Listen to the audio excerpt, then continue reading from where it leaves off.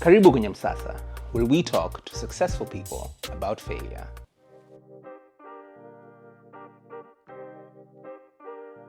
There's a quote I like. Ever since I heard it, I've really liked it. And the quote says, most doors are locked.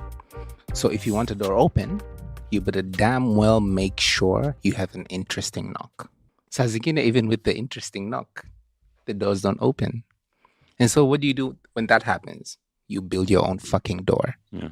Huo ndo ujasiri wa mali. Our guest today ni mjasiri wa mali, somebody who has dabbled and invested a lot of time and resources and energy towards marketing and communication types of businesses.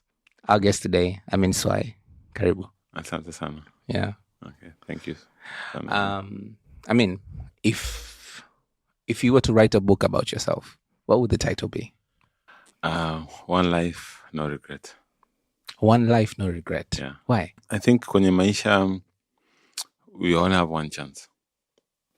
So, unatoka kufanya ni kwamba kwenye kila hatua katika maisha yako, any decision you make sure kwamba even if it's a wrong decision, you won't regret about it, because maisha hana formula. Mm-hmm. So anything you try to do, kinaweza kawak au kisiwak. Mm-hmm. Can be personal life, can be business, can be anything. So I think for me, I believe in that because we only have one life. And how I came about this, nitakusema 1960 kwa hujazaliwa. Those days when I was starting my first business, which was a magazine. On spot. Naikumbuka. Yeah. So I used to do... Ulikuwa chuo. From 6 hivi, from 5. I mean, ulikuwa chuo at that time. Yeah. So it's from 6, yeah. From 6 getting to first year. Mm.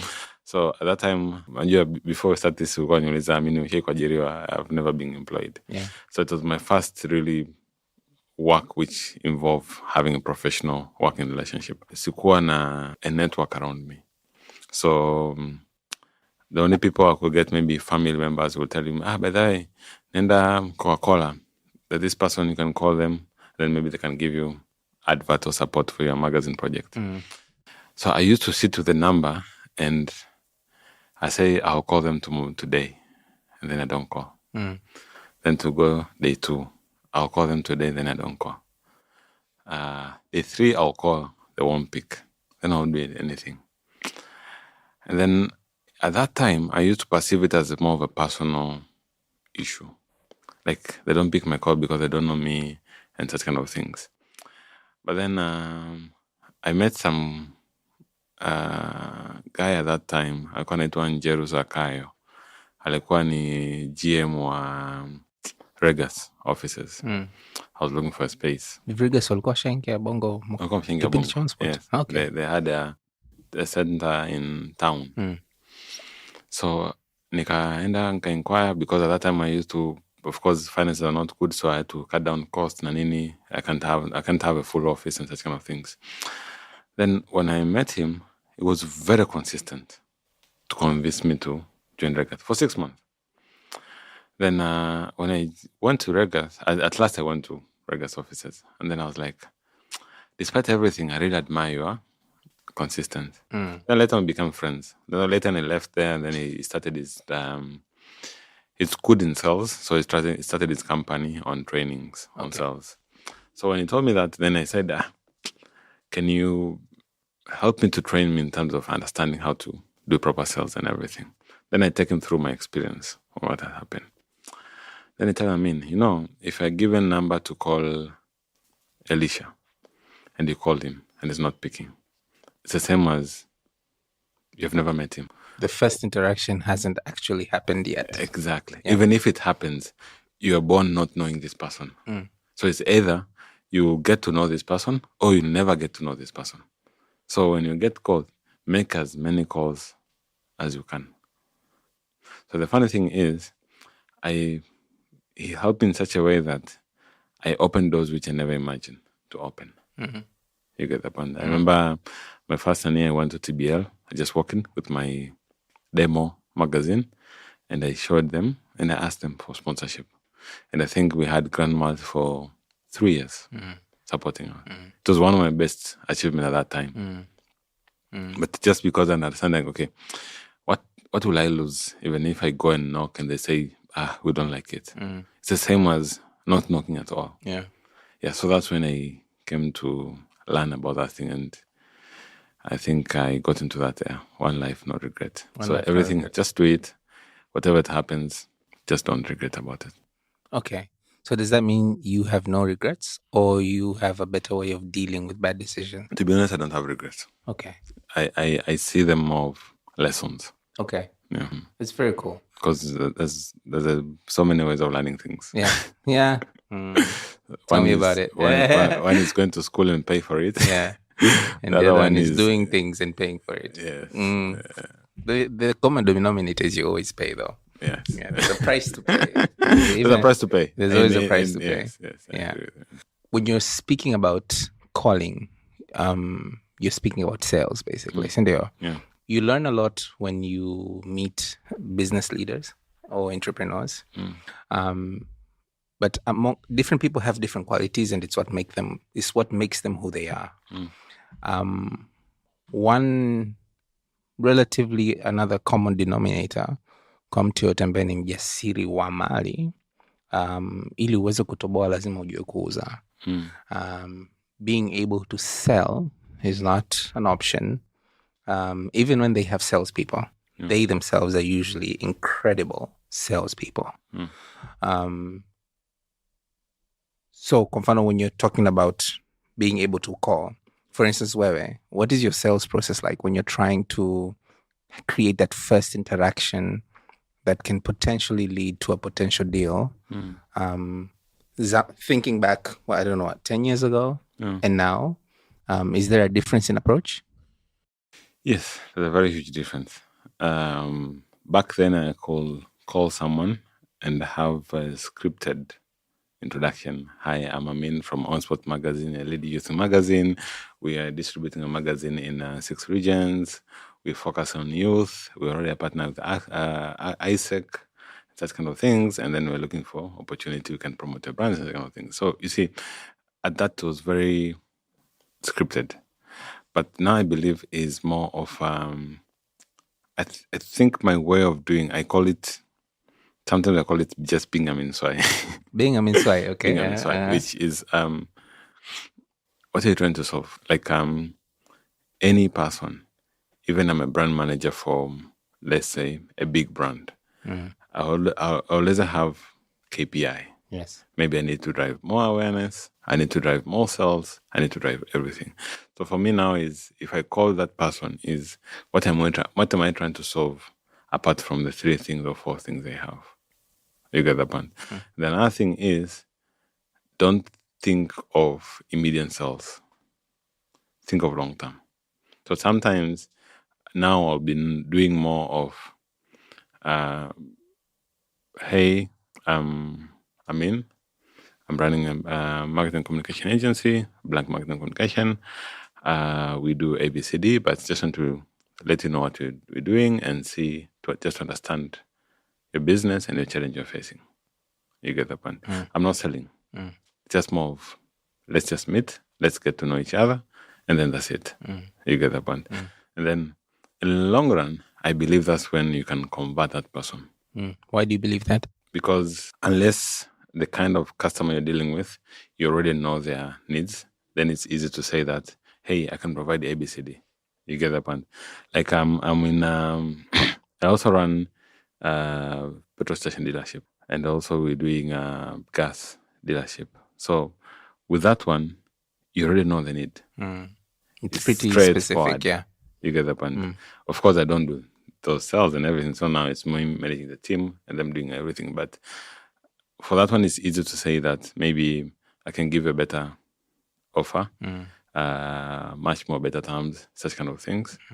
If it's lubricant, I have a better, much more efficient lubricant, which can help you to save maybe 20% of your cost of your operations and of your fleet, such kind of things.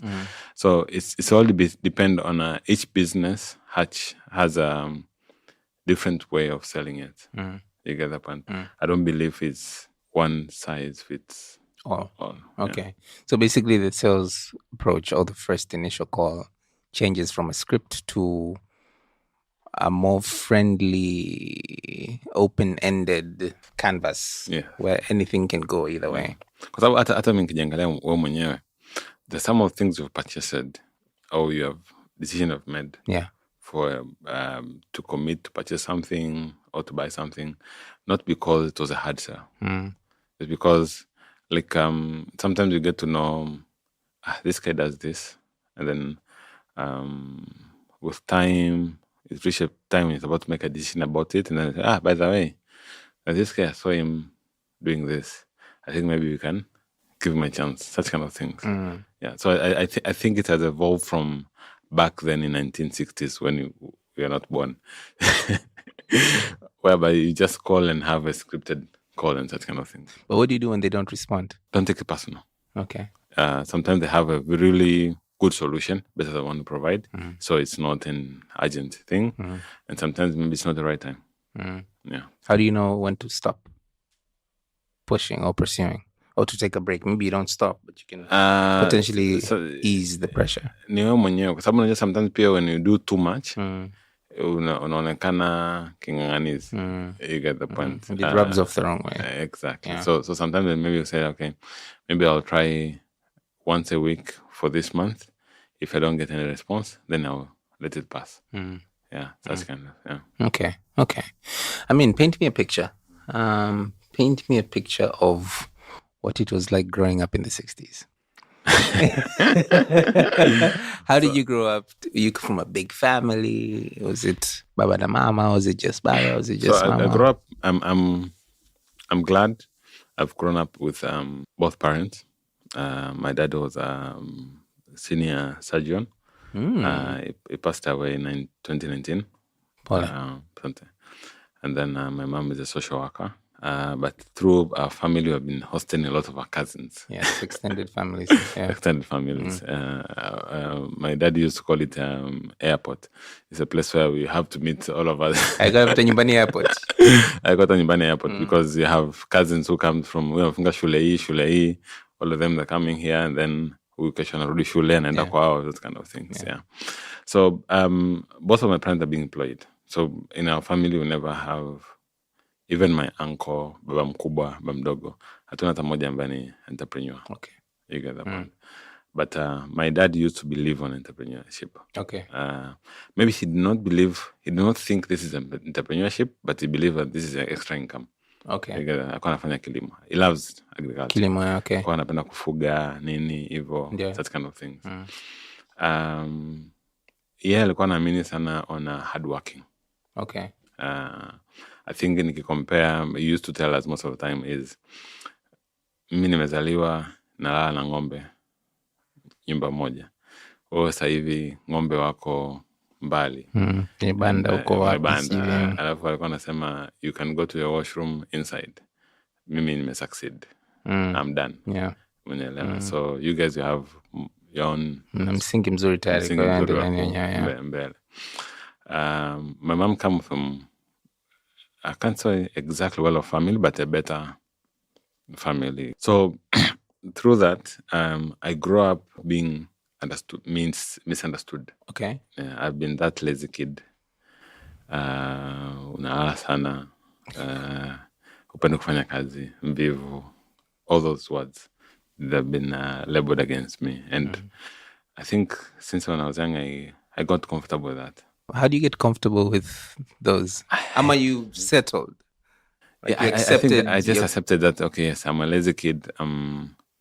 I've never been understood. I remember I used to do graphic design when I was in high school. So I could stay up late doing a poster to design. And those days, poster nini. Ni picha yako mwenyewe unataka kujiwekea tattoo. Nini hivyo. Alafu you post it on I think Facebook nilikuwa nimeanza na high five. Yes, 1960s. Nitumia sana high five. Kwa hiyo my daddy used to tell me like, I mean, unakaa sana kwenye computer, but utengeneza hela kwenye computer. You get them. Meaning kwamba you have to get out. Kama ni fanya kilimo, kufanya kitu fulani, kitu fulani ambacho kinashikika na kuonekana. But then for me it was like I need to, kwa sababu nilikuwa a bit misunderstood, so I was more of let me stick with what I want to achieve. You get that point? I think my turning point was when I went to high school. The school I went, the owner of the school was a very successful entrepreneur. Actually, used to be a teacher at St. Mary's here in Tanzania. Okay. And then he went back to Uganda, and he opened similar schools like St. Mary's. You get that? So it's called St. Lawrence. Okay. They have different branches and such kind of things and everything. So he believes in entrepreneurship. So in everything, we had entrepreneurship as a class. We had programs which they are more on enlightening us about entrepreneurship and everything.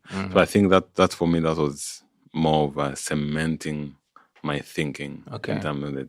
Because I used to think more of when you're young, you go high school, I have big sisters. I hear them saying like, mesha graduate, so aenda kufanya interview kampuni fulani, Exim, how wapi, sijui benki fulani, sijui those kind of things. Then for me, I was like, but these banks are being owned by someone. How does it feel when you have a company and people are praying to get a job to work there? You get the point? So I was like, I think for me, I'll be... Actually, I can relate. I'll be that guy. So, interesting. So, I don't watch football. I've really tried to like it. I don't dislike it. But the only way I can watch a match, mwanzo mpaka mwisho, maybe it's like a World Cup. I'm with the boys and they're watching, so I'll watch with them. Otherwise, I'm not a fan. Lakini, there was a point in time where I was like, there's also another thing that I didn't like about football was that mekana shikaji, maybe you're having drinks at a bar. Mechi mechezwa. Imeisha. For 4 hours, we're still talking about the same thing. Mechi shaisha. So you know, bishi ulikuwa I said, I think this is another reason why I don't watch football. Lakini baadaye, I was like, even unajua, katika kila mechi, kuna mtu atashinda, kuna mtu atafanya draw, whatever, but win or lose, there's somebody who made money regardless mwenye ile stadium. Siku moja na mimi nitamiliki stadium. Like, I don't have to like this, but I need to be that guy. I need to be the guy with the stadium. Ngamba, see Simba, see Yanga, see Liverpool, see Arsenal. It doesn't matter. But yeah, I can relate. Yeah. So that was my biggest driver in my childhood. Okay. Because I've grown up seeing my sisters, my siblings, praying to get a better job, praying for, I'm going for this interview. Sometimes we could sit together in the sitting room praying. And for the interview. Yes, and then when it happened, they lose. It becomes a very sad moment throughout that week in the family and such kind of thing. So for me, I was like, I don't think life is meant to be this way. Okay. I think we can always be doing different. And even one of my siblings was working, was a senior sales in some of the company. I had to rehire her to come and work for me because I was like, what you're doing there is the same what you can do here, and make it much more better, such kind of thing. So I think for me, my childhood was given the circumstance, because I can't say it's easy, because some of the people have been in society where they're being misunderstood, and they will take the misunderstood to be part of their life. You get that point? But for me, I decided to look at it in a different aspect. So I think even the time when I was doing the magazine, it was working and everything. That's the time my dad would call me and say, what do you do exactly? Yeah. Anataka kwanza kuelewa sasa. Naona dada naona nini magazine. So how do you make money? You get that? And then it started explaining to him and everything. And I'm like, okay. I didn't see it this way. So for him, I think because for us, we were born in late 60s. For them, they're born in late 20s. So it was it was a very different changing landscape. The same as us, maybe our grandson or our sons, daughters we've been in a very different space, and then sisi hataelewa hata siku moja.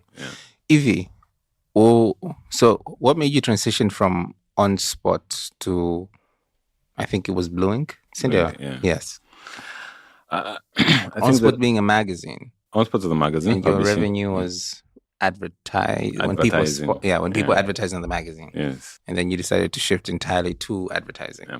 So when I was doing the magazine, you see, one thing I'll tell people is success. Most of people who are successful, you should ask them, how did you reach here? They'll tell you maybe it's hardworking, those kind of things and everything. but in real sense is sometimes just a leap of faith. Yeah. You just take one step, and then one step shows you where's the next step to. That's beautiful. Yeah. So for me, I think the funny thing is I never knew about advertising. I used to design graphics and everything, but I never used to think there's an actual business called advertising. You get that part? So the guy I was using him as a designer, he used to work in an advertising agency. So we used to have a couple of clients who didn't have ads. So we had to create for them. Okay. So I used to brainstorm on my own, and then come with copies and everything and such kind of things. And then at that time, you don't even know it's called copy. I didn't even know it was copy. Exactly. Yeah. So I remember my first campaign was because this is social, where it was using tumia vidole vyako kujenga amani.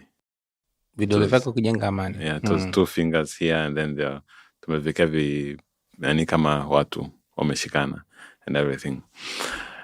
So for me, that was when I was doing that, this guy told me, but do you know what you're doing is actually called advertising? And I'm like, no, I don't understand. Then he said, kuna this advertising agency I used to work, it's from Kenya, nini. They do it because it was Kenyan at that time. Then I had to research and learn about it. Then like, matangazo ya brandi hii na hii unavyopata ni natoka na kampuni yao. Wao ndo naamua kwamba yaenda kwenye printer au yaendaje na vitu kama hivyo. So with that, it gave me much more understanding. So the time I switched to Blanq, it was because I think digital was coming up. And I know Msasa is one of the talking about the lessons, failures. Yes. So I think one of my biggest failure was I was so slow to react on digital transition. I was running the magazine print. Okay. So I still believed... Oh, you didn't digitize the magazine? Yes. Okay. So I still believe print is an in thing. I have a friend of mine, Edwin Bruno, that time was running Smart Code. He came to me and told me, Amin, you need to digitize your magazine and everything. So I was like, yeah, but still I think print sells more. So I didn't give it full-fledged, although they did our digitize and everything for our online magazine and such kind of things. But then until when other brands have picked up, I remember there was a Bongo 5. Bongo 5, yes. Yeah. Like in a Sky. Lucas at that time. So I think I come to realize that, okay, I mean, you are way, way much behind. Then I was like, who makes a decision? They're like, it's an advertising agency.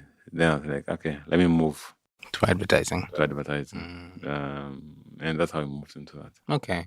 So that's very interesting. So I transitioned a bit kidogo kwenye publishing because I already had a similar experience of publishing magazines. So I had a couple of organizations helping to publish their newsletters and their magazine, and then I moved completely to advertising. Okay. So you also used to do print?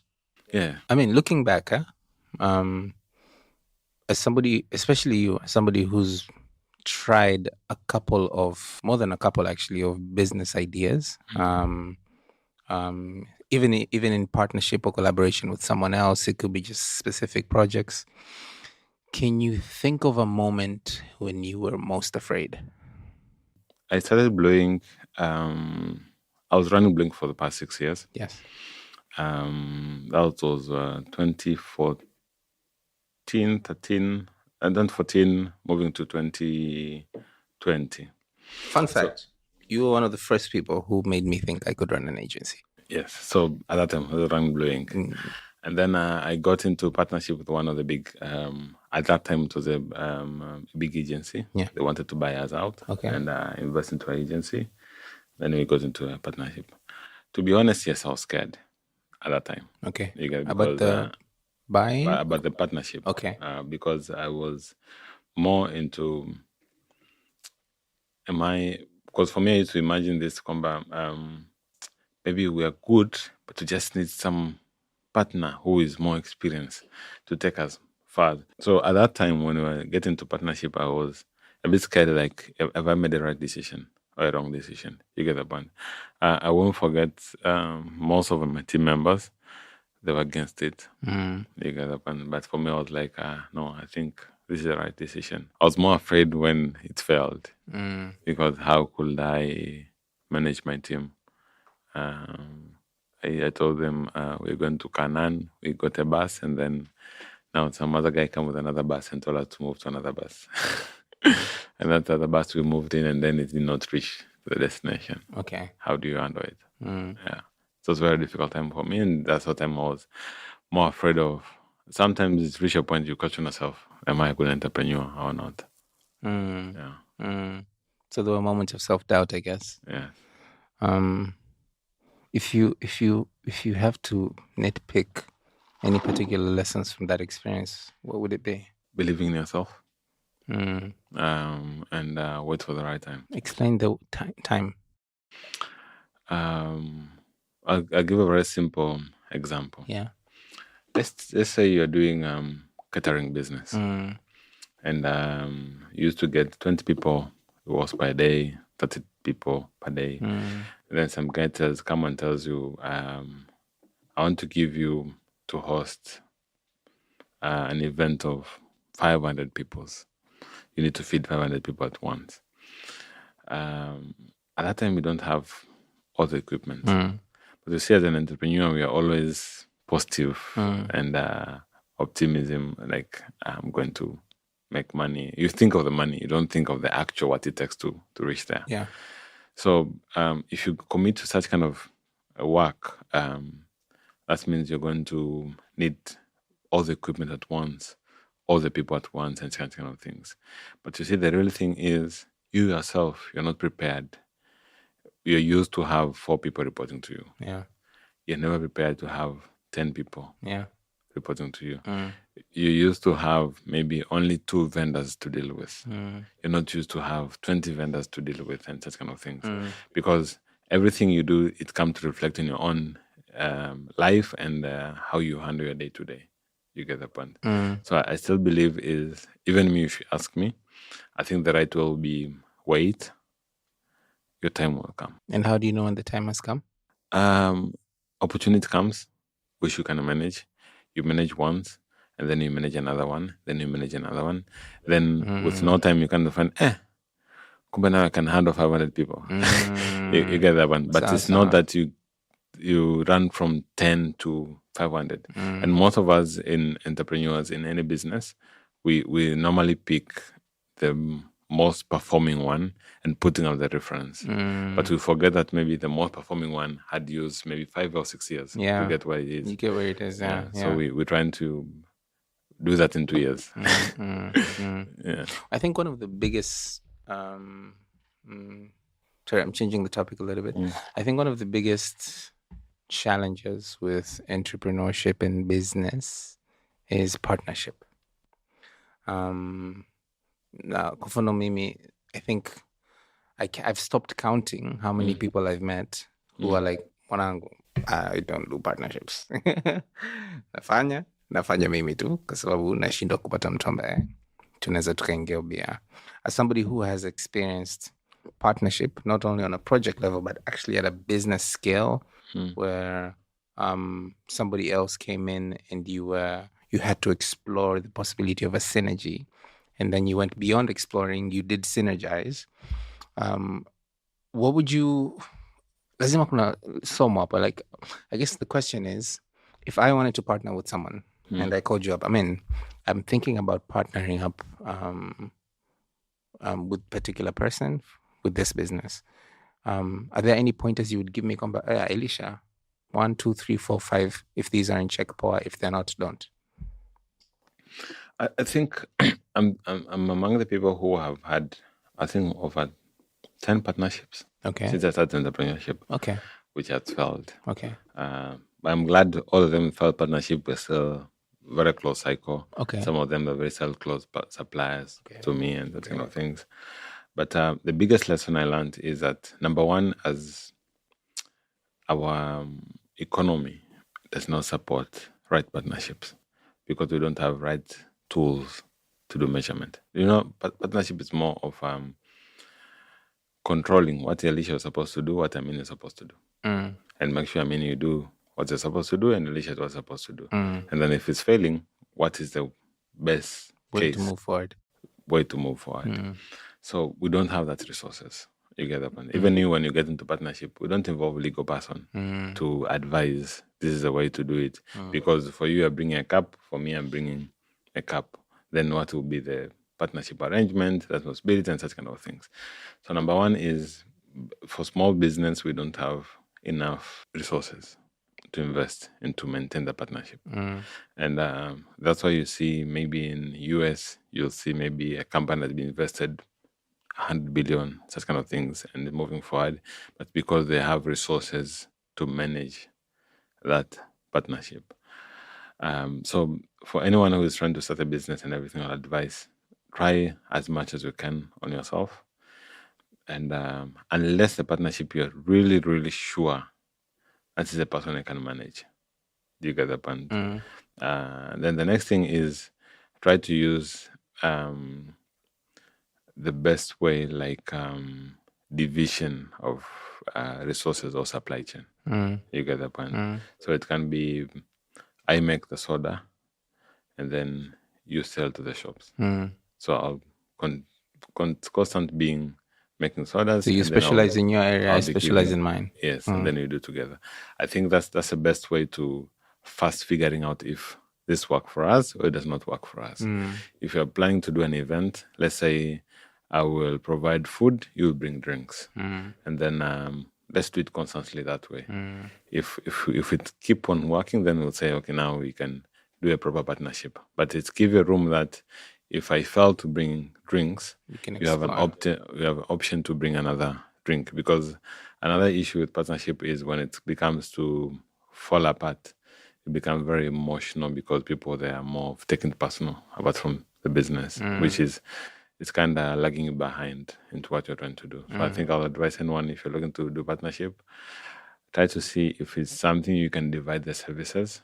And there's a good example in global brands. If you look at the best case, it was Sony. They divide the divisions. I think Puma and Adidas, the German brothers, they divide the divisions. Another one was Diageo and Guinness. So Guinness continued doing manufacture of beer, and then this guy was continuing distributing the beer and that kind of thing. So I think that's the best way you can learn to partnership. So that before you go to actual partnership, try to share common services, and then you see how you get into that. Sorry, share common services or divide to deliver a common... Divide the roles to deliver the common service. The common service, okay. The whole product. That's very good advice, because it's also, I guess, it's kind of like dating before getting married. And it's a safe way to date. I think for that one, I understand.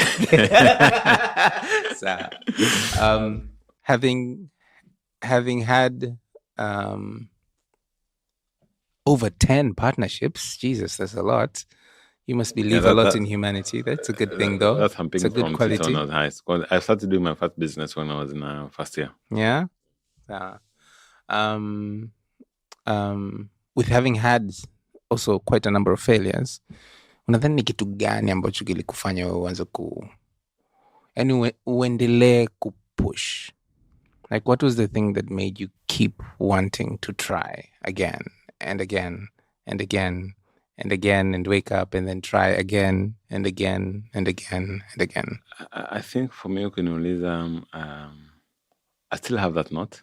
I was in Form 6. Okay. And I pinned it on my wall. I want to be one of the influential entrepreneurs.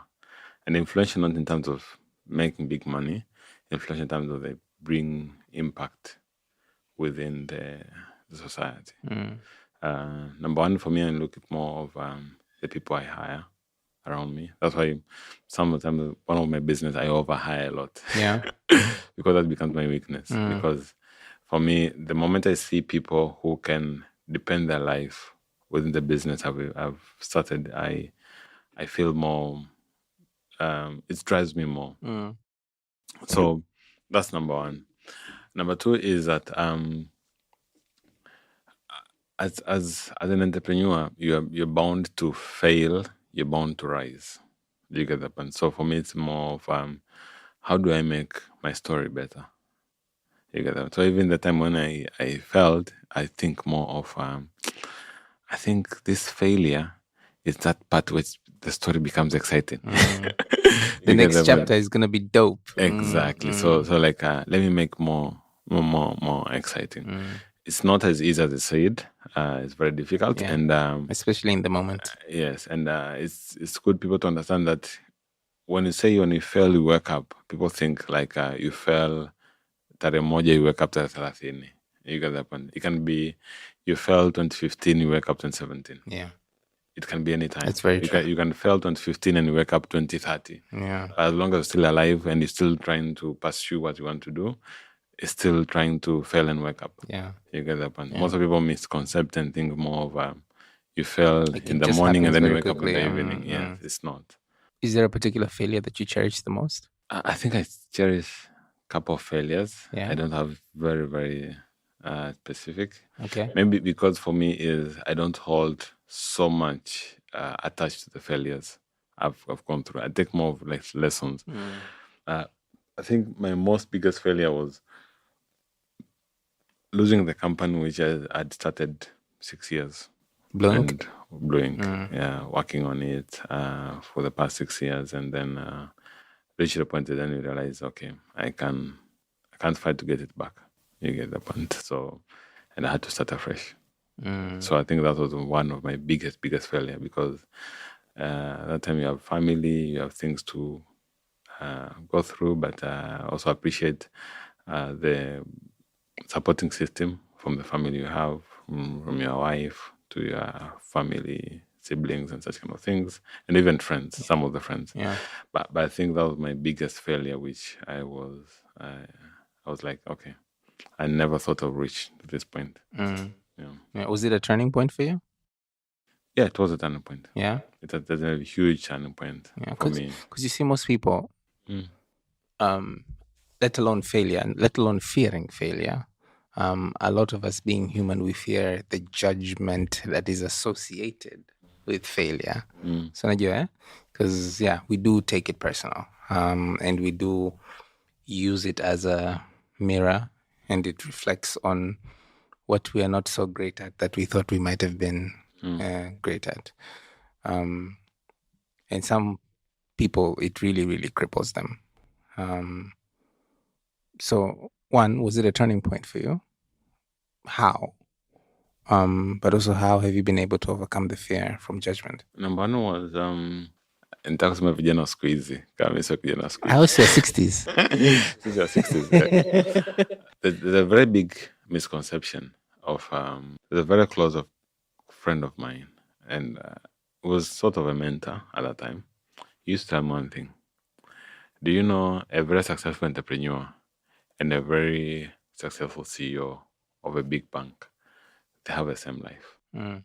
One is employed, one is not employed. You get that one. But they're the same. Both they can board business class, both they can have the house they want and everything. In our society, we used to perceive more of being self-employed is being successful. You get the point. But for me, I look at it very differently. Being self-employed is being okay to have more liabilities and more responsibilities. Okay. You get that. That's the only difference. But in terms of finance, lifestyle, you're all the same. You get the point. Maybe if you are running a mid-sized company, you're the same as a senior manager somewhere else. Yeah. We make the same money. Yeah. The only difference is You wake up in the morning and you chase that. They work in the morning in the office, and then they do emails and calls. Yeah. And yes, sir. And different kind of responsibility, different liabilities. But we both make the same. So for me, I used to look at it more of, in terms of the failures, it is the same as losing a job. So you start a business and it's failing, it's the same as you go for a job and then you didn't get it. You don't get it, or you work there and then they say you're not performing better. Yeah. And then you lose it. It's the same thing. You get that point. But these other parties just have much more bigger role because you have people who have employed, that depend on you and such kind of things. So I think for me that's most biggest driver. Okay. You get that point. So for me, my turning point was more of the people I've worked with over 5 years, 3 years. How will their life be? Yeah. If I don't do anything, these guys are lost. Because you kind of are responsible. Exactly. Yeah. And they trusted me to come and work for me and those kind of things. So for me, that was my biggest driver and turning point into that. The another thing was believing in yourself, and also believing in yourself, also including that if I train you, Elisha, and then the next thing you advise me is to believe that this is the person I've trained and this is the one advising me, and not thinking of no, there's a better person who can advise me than that. You get that point. Sometimes it's good to grow based on your own capacity rather than to grow by external influence. Yes. Yeah, I think that was the first question. Yeah. Yes, it was. Yes. The second was? How did you overcome fear of judgment? Fear of judgment, I think, for me, started from the childhood because I was already misunderstood. Sugu. Yes, so I was already more of it doesn't matter. But also, a good thing I learned is choosing a crowd. You get that point. I give a very good example. We have been this past weekend kona Simba na Yanga. Yes. You get that point. I think more angekuwa nakaa nasikiliza mashabiki wa Yanga wanavyoongea, kesho angeuza timu. Kweli. You get that point. Yeah. But I think the people who surround him, the people who motivate him and give him hope to do much more better and such kind of things. So I think it's the same applied to our normal lives. If you keep entertaining on what people say about you, trust me, you won't do anything. You get that, man. There are places you go and hear your story and you wonder, it is me. You get that, man. So I think the best way to do is try as much as you can limit people who they're giving you information about yourself, what people think about. Because sometimes people who talked about you, they actually don't know about you. Yeah. You get that point. Yeah. So those who matter don't mind, those who mind don't matter. Exactly. And there's nothing this world will ever do and it will satisfy the community. There's nothing. Just make that clear to yourself. And as long as deep down in your heart you know that I've done a good thing and it has failed, then let it pass and own it and move forward. Have you ever had mentors? Yeah, I do have mentors. Okay, you still have them? Yeah, I do have them. Okay, are they like real people or like people you look up to? No, real people. Okay. Real people, yeah. Okay. And it just keep on evolving from... Initially, I used to think mentor only to choose someone successful, maybe in business. But sometimes I come to realize you can have mentors in a couple of different sections in your life. So like a mentor for marriage, a mentor for business, a mentor There are good mentors for marriage, for family. There are good mentors for business and such kind of things. Yeah. And even in business, there are good mentors in terms of financial management only. Right, yeah. But not get in illegal, get tax. Yeah. Here's another random question. What's the best gift another human being has ever given you? A best gift ever given by a human being? By another human being, yeah. PS5. Who is the human being? My wife. Yeah, okay. It's a very good human being. You're a gamer? Yeah, I'm a gamer. An active gamer? Or passive? The funny thing, I'm passive gamer, but it was because, again, childhood. You get that one. I grew up, I used to play game I have a PC, and then I used to have a PC, and then you play game from a PC. I used to admire people who have PS. Sindio. And then kasema, one day when I get money, I'll make sure I never miss this thing. Yes. Yeah. Yes. So, I mean, So we're going to another segment. Okay. We call this segment Nje Boxing. And the idea behind this segment is to really, really lean on the potential msasa ambaye our audience could potentially get from listening to this particular episode. The theme, we usually have themes. The theme we're running with right now is going to market. Okay. And so we would like you kutupiga sisi sasa in relation to, as an entrepreneur, as a professional communicator and marketer, and as somebody who has tried and tested many different things, especially considering that you come from the 60s. What is the blueprint that you need to think about when you're thinking about taking a product, service, or some kind of solution to market, preferably soko letu la hapa la kitanzania, ikivuka labda East Africa, but zaidi kitanzania? Nitakuwa a bit biased. Biased on what? One of the things I saw, it was what are the things what are 3 business will never do? Yeah. Okay, you answer. You asking me? Yeah. What are the 3 businesses I'll never do? It's a funny question. I asked that to other people. I've never been asked. So they're not necessarily bad businesses. I just will never do them. Yeah. Events imenisomesha mimi chuo. I'm never doing it again. Stuck there. So I'm not doing events, at least not for myself. Maybe for the people. Events. I'm not doing events. Another business I will never do. I never want to do a business where I don't understand its inventory. So I don't have a particular business, but inventory management has been one hell of a lesson when we've been building distro. And I'm like, hivi unajua isingekuwa kwamba some of this inventory I actually enjoy and drink it, I might have had a much bigger problem. So if I don't understand the inventory, I don't want to do the business. Another business that I will never do, other than my core current business, which is Naked, the marketing agency, is I will never do another business where you have to know, like, and trust Alicia to work with me. I'll never do that again. This is the only one I will do. Interesting. So, based on your question, you asked me about the blueprint about go-to-market strategy. Yeah.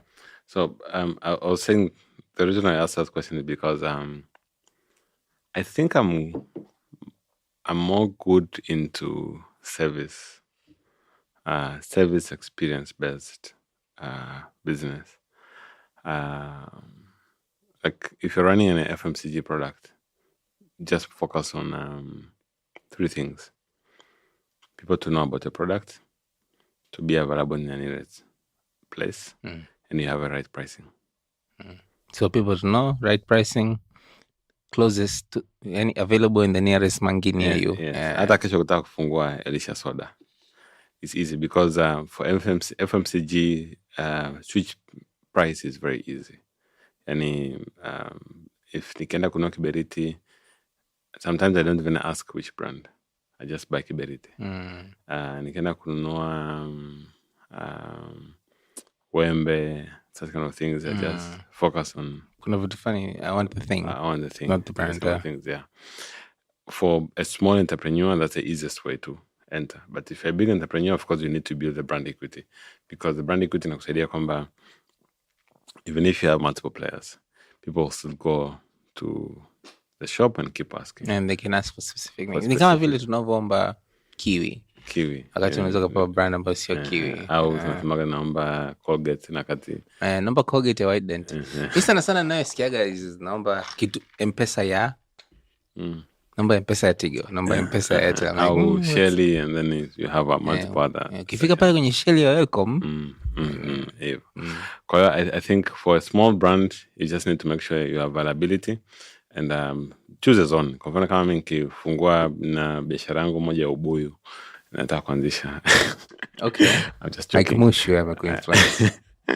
I'm just joking, but kwa mfano kama na ubuyu na kisha kama within Mbezi unapatikana kwenye kila duka, and mtu akienda dukani anaona communication yangu kwamba ubuyu wa Amini unapatikana hapa, and then the right pricing iko sawa sawa, kwamba ukicompare na ubuyu unanunua Zanzibar, Forodhani na nini, it's the same price. It's not too much high or too much uneven. Then for a small business you can win. For experience, I think the first thing is start with a small cycle and then keep on growing it as you move forward. Growing the business or the cycle? For service. Yeah, growing the business or the cycle? The cycle. The cycle. The cycle of the good experience. Because I see it more from... I won't want to mention the company because they haven't paid. I think when they paid, we'll mention them. Amen. But there's an internet company which have very good beta services, but they have not done so much of advertising. But people kept on referring each other. Mm-hmm. You get the point. Like word of mouth. I'm using this. It's good services and everything use, because service industry is it's people to experience it. Just like when you have a hotel, you get the point. There's some of times the good hotels, good place to go for vacation, that kind of things. You get to know them by your friend referring you. Yeah. You get that point. Now we have social media and everything.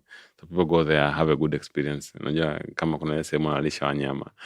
Everyone akipost wanyama, and then one thinks of, I need to go this place, na mimi nifanye events, that kind of thing. But you see, what is selling is an experience. You get that point. So for service industry, focus on a good experience. If you have a shit experience, don't do it. You get that point. I always tell people, like, even from part of the client when we work with them, it's like, if you have a bad experience, even if we do a good marketing campaign, we're just going to add more complaints. Yeah. You get that point. So for service industry, focus more on perfecting the services. Don't focus on marketing. Say that again. For service industry, focus more on perfecting the services, not the marketing. Okay. You get that one. A lot of people are focusing on marketing their business instead of perfecting the services, because the good services bring you another client. Okay. Like when the work, basically you're saying sometimes the work speaks for itself. Yes. Like if you have a good hotel, if we come and have a good experience, we'll talk about it. We'll share about it. You get that one. If it's internet services, if it's cleaning services, if you come and clean my house, spotless clean and such kind of things, then I'll still talk and refer you to someone else. You get that one, rather than you keep on promoting about it and such kind of things. For a product, you need to make sure product is good, because even if you have a right visibility, it's available, you have a right pricing, and it's a shitty product, I'll just test it or use it, and then I'll never come again. You get that. So at the end of the day, if you look at everything, the key thing is have a unique selling point in everything you're doing. Have a unique USP. Yeah. So that will help your business to have a better go-to-market strategy than anything else. But the USP in itself needs to be unique. Yes. Yeah. And like if you're doing a gin today, I've seen there's a lot room of gins, everything. Yes. But if you're doing a gin, what is so unique from other gins? Kwa nini wewe sio Kevanti au wewe sio nani au wewe sio nani au Konyagi au Gordon, so Amin Swai gin au Elisha gin, such kind of thing. Au Isia gin au Msasa gin, au Msasa gin. You know, but I do have a thing. I think if we have a condom called Isia condom, it would be a really good condom. Sababu kwanza the name is the USP. Pata ladha halisi. Yes. Ukiwa na hisia. So I think the key thing is the USP. Even your condom needs to have maybe nata, nafanya nini, that kind of things, and this kind of, au na pilipili kidogo. You never know. Maybe washa hivi. What the people like. Also like audio devices. So the key thing is the key thing is, I think you need to make sure first your product is very unique. And sometimes unajua kibongo bongo tukisemaga unique, unakati na wanda hasa mimi nitaweza kufikiria kama Mark Zuckerberg au nani, you get that? But unique is more of natengeneza keki, maybe keki yangu mimi naika ladha nazi, umeelewa? Anatengeneza ubuyu wangu nawekea embe kidogo, au natengeneza gin yangu mimi inakuwa na taste ya Coca-Cola. It can be anything. Very small. Nakumbuka samani mkatisha, lakini nakumbuka kuna kipindi fulani kulikuwa kuna gin ambayo ukiuliza washikaji hivi kwa nini unapenda kuliko yeye, anaambia mwanangu mdomo unuki. That's potentially yes. Yani that's all. Yani kwamba it's a key, yani it's a key unique selling point. So I think for everyone, for every business, you just need to have that's one thing whereby if you mention it, no one else owns it. You get that point. And then it becomes much more easy to sell it. And even if you do your ads, they will be related to that. You get that point. And oppose me, I'm very sometimes I think it's because pia tuko kwenye hii industry ndo maana you notice a lot of things. I hate when I hear things like karibu tunauza nyama choma bei nafuu, au tunauza nyama mbuzi bei nafuu, au tunauza kitu fulani bei nafuu. That's like bei nafuu is the only thing you can say. You get the point. So I think for me, you know what I don't like? You know what I don't like? Quality services. Yes. Everybody has quality services. Kwanza the consumer expects quality services. Why are you telling me what I expect? Exactly. Like come tunakupa quality services. Kwani nategemea less quality services. Yeah, so I think for me, for any person, an entrepreneur ambaye anataka kufanya biashara, focus on your USP. Focus on your USP. And make sure kwamba and the best exercise is think about yourself. As a potential buyer? As a potential buyer. Okay. If I'm going to buy ubuyu, will I buy this ubuyu ambayo natengeneza? If I'm going to buy a cake, will I buy this cake ambayo natengeneza? If I'm going to bring someone to do a cleaning in my house, will I... kuna vitu, ukifanya hivyo, kuna very small things ambayo mwenyewe unataka kuvinotice. Mfano, unataka umeangalia na sabuni na vifaa na kila kitu, lakini umesahau issue ya kwamba maybe when you go to do cleaning in someone's house, kuna issue ya trust. Tumekuta hela, tumekuta dhahabu, tumekuta nini, we'll keep it and maintain it. Now when you think about yourself, kwamba if I bring people to come and clean my house, what is one thing I'll be worrying about? My personal valuable things. Stuff, yeah. Then you come and look at your business and then you say like, okay, in my business, am I focusing on this? Is it part of the things which I'll assure my client that they'll always have it? You get the point. The same apply when there's so many gins. I know everyone has that uncle who gets drunk in the village. And wanasema wewe unakunywa kemikali. You get the point. So now when you are starting your own gin product, unataka ujiulize kwamba if I had an uncle or a friend of mine anatumia hichi kinywaji, would that be something I'll be proud of? And I feel like, yeah, my friend or my uncle is using a right product. Umeelewa? Kwa hata wewe nakurudisha back to think of hichi kinywaji ninachofanya, is it the right drink? You get the point. Au hata tuseme mfano unafanya, it can be anything. You get the point. Put yourself first, and then hata kama wewe sio mtumiaji, think of people who are close to you. If they use that product, will you feel proud or happy for them to use that kind of product? Will you think they've made the right decision? And then if it's that, then you have a right product. Very interesting. I mean, karibu Msasani. Asante sana. Thank you very much. Thank you. Yeah.